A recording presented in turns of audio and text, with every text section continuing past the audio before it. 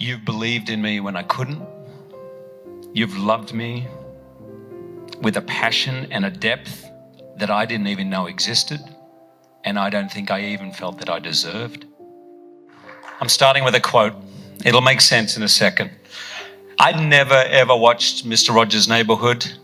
I grew up in Australia, didn't even know what Mr. Rogers was all about. I wept like a baby watching that documentary, Won't You Be My Neighbour? And I wrote this down. As I got to this point and I was crying, I was stopping the recording so I could write it down. Mr. Rogers said, and this was at a commencement speech or a graduation speech, I'm not sure which, "From the time you were little, people have smiled you into smiling. People have talked you into talking, sung you into singing, loved you into loving. People have helped you all along the way. Some of them may be right here. Some of them may be far away. Some of them may even be in heaven. But deep down, you have always known they wanted what was better. They wanted what was best for you. They've cared about you beyond measure and have encouraged you to be true to the best within you." I heard this quote, I wrote it down, and the speech that I was writing for this, I ripped up because I didn't come into this business. My first job was 26. I did not come in fully formed.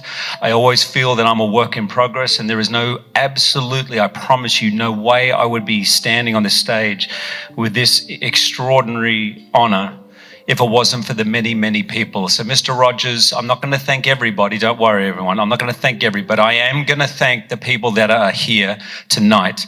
And I'm just going to be upfront with you. This is going to be long. It's going to be long. It's going to be longer than it should.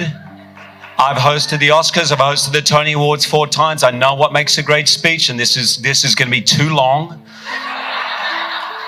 I'm going to do all the things you're not meant to do. I'm going to list names. Yes, my lawyer is included in that because he's the greatest. Yeah, Saloni.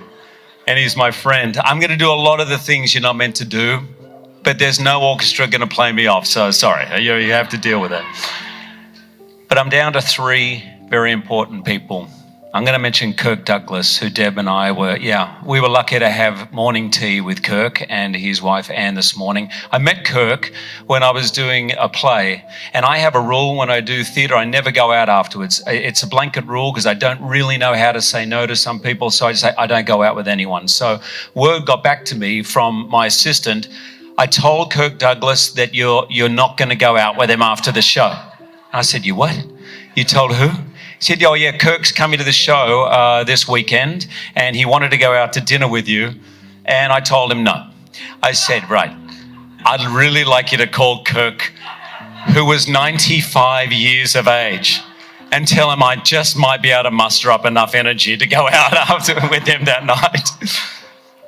As a young actor, I used to listen to a cassette tape as I drove to my acting school each day back and forth, and I listened to his story that was being narrated.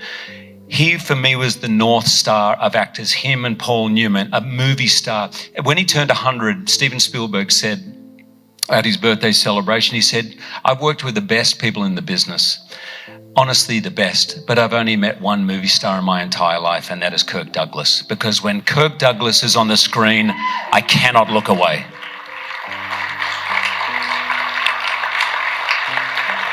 Kirk also is an unbelievable philanthropist. Many of you know what he does for the Motion Picture Television Fund, what he and his wife does for homelessness, for women. But to me, what always gets me is that at the height of his powers, during the McCarthy era, he risked everything and broke the strike that was on the blacklist. He broke the blacklist himself because it was wrong, and he would stake everything he'd built to rewrite that. So receiving this award means the absolute world to me. By the way, I have to tell you, it's funny, Roger, that you said about me, the best is yet to come, because I immediately thought of Kirk, who says it every time I've met him, and even today at the age of 102, the best is yet to come. There's a secret in that for living, right? Patrick Whitesell. Patrick Whitesell has been my agent for 20 years. He's here tonight. And I'm going to tell you a story. I said, Deb, I don't know how to sum up my 20-year friendship and working relationship with Patrick. And you said, yeah, you do. Tell them the story of when you first met and when you got X-Men. I said, okay. I've never told this story before. So you heard a little bit from Jason that someone else got the part. It was about a 6-month process for me actually getting the part. You know the ending of the story, I get the part, right? So, but what you don't know is that in those final 2 or 3 auditions, it was about a 2-week period or a week, something like that. We were in LA, Deb and I, to actually start proceedings on adopting our child, Oscar. And we were doing that in Los Angeles. So we'd flown in from Australia.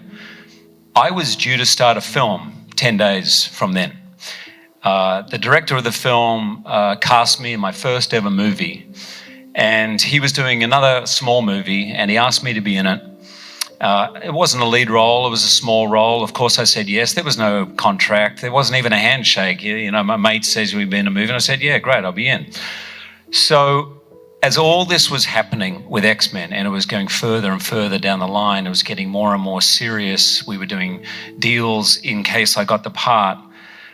My new agent of the time, Patrick, was only about 6 months and this was the first audition I'd had. So we'd never really been in the cauldron of a deal before. I get the part and I ring and Patrick said, hey man, you got it. And I was about to say, without knowing his response, I can't do the part because I've said to my mate, I'd be in his film and he starts in 10 days. I didn't have to say that in the end because Patrick said, I know you said to your mate, you're going to be in the film and I want you to know we're going to honor that agreement.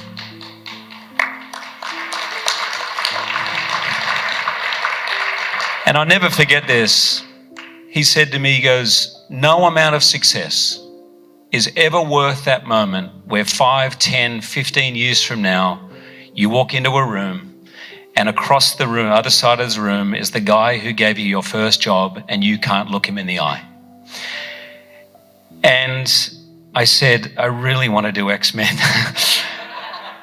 On every level, it's a better role, it's a better everything. And he said, yeah, but you gave your word. And I said, yeah. And he said something else. He said, where you want to get to in life is never as important as the way you want to live your life. And Patty, you'll remember this night as well as I do. He rang up the director. We were up till 3 o'clock in the morning. Deb and I were waiting by the phone. At 3 o'clock in the morning, Patty rang me and said, guess what?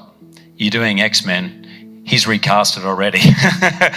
And he had happily moved on. But in that moment, and those 8 hours, I think, of negotiations, probably, that's when I knew not only is Patrick Whitesell a great agent, he's a great man.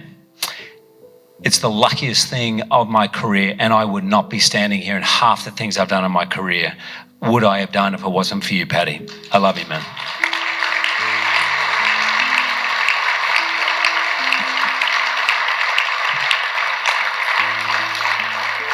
I would never be able to get away with that long story at any televised event.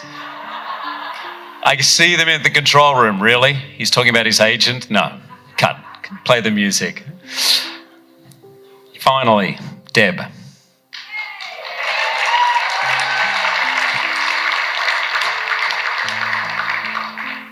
You know, you have taught me that life is actually never defined by the highlight reels, even though, by the way, I love the reels. Thank you so much. Whoever put those together, I was like, wow. Except for the Bo Derek scene. We could have missed that one today. But you really have taught me that life is not defined by those. Life actually happens in between that. Life happens when the camera is not rolling. You've believed in me when I couldn't. You've loved me with a passion and a depth that I didn't even know existed, and I don't think I even felt that I deserved. You have pushed and encouraged me when I was scared to venture out. You have smiled me into smiling. You have sung me into singing. You have loved me into loving. And like everything I do in my life, I share this with you. I love you. Thank you all.